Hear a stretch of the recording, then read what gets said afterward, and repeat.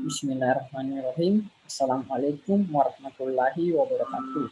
Perkenalkan, nama saya Muhammad Fadil Barka, Stambuk 130 2018 0261, Program Studi Teknik Informatika, Fakultas Ilmu Komputer, Universitas Muslim Indonesia. Adapun tujuan pembuatan video kali ini adalah untuk menyelesaikan tugas kelima mata kuliah kecerdasan buatan. Adapun pembahasan tugas kelima kecerdasan buatan yaitu memilih salah satu dari kelima algoritma pembelajaran supervisi, lalu jelaskan tahapannya menggunakan studi kasus sederhana.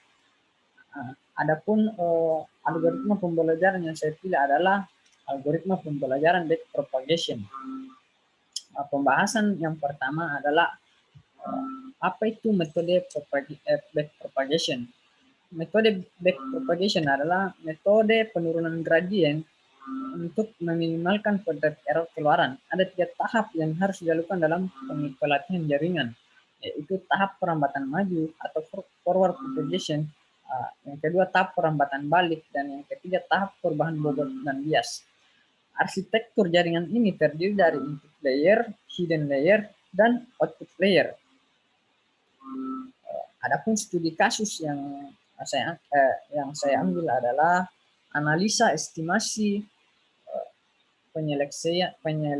penyeleksian dosen menggunakan metode backpropagation di studi kasus TIMIK Amikrio yang dibuat oleh Debbie Setiawan. Nah, langsung saja pembahasan mengenai tahapan proses algoritma backpropagation. 9 tahapan dalam proses algoritma backpropagation mencakup yang pertama, penentuan bobot yang akan kita masukkan pada sistem manual, yaitu bobot nilai yang kita dapatkan dari hasil normalisasi variabel dengan 4 input, yaitu nilai sikap, keterampilan umum, kasus, dan pengetahuan. Kemudian ditambahkan dengan 3 hidden layer dan 1 output layer. Yang kedua, untuk tiap neuron dalam kurung GI, I sama dengan 1, 2, 3, dan seterusnya, menerima input G dan menyebarkan sinyal tersebut ke seluruh neuron kepada lapisan atasnya, dalam kurung lapisan tersembunyi. Untuk setiap input lapisan neuron J1 sampai J4 akan mendapatkan sebaran dari lapisan hidden layer. Yang keempat, hitung output yang tersembunyi. Seperti rumus yang ada pada studi kasus ini. Adapun poin yang kelima adalah hitung perubahan unit pertama. Seperti rumus yang ada pada layar ini. Yang keenam, hitung faktor perubahan bobot masing-masing output pada fase ke-6 disebut juga fase mundur. Rumus yang kita gunakan adalah rumus yang seperti di bawah ini. Nah, poin ke-7, pada langkah ke-7 ada beberapa tahapan yang kita lalui untuk mendapatkan hasil dari perhitungan kesalahan pada hidden layer. Rumusnya dapat dilihat sebagai berikut. Kemudian, poin ke-8, lakukan proses update nilai bias dan bobot pada output neuron. Seperti ini. WJK dalam kurung baru sama dengan WJK dalam kurung lama ditambah segitiga Fitch. VIJ dalam kurung baru sama dengan VIJ dalam kurung lama ditambah segitiga VIJ.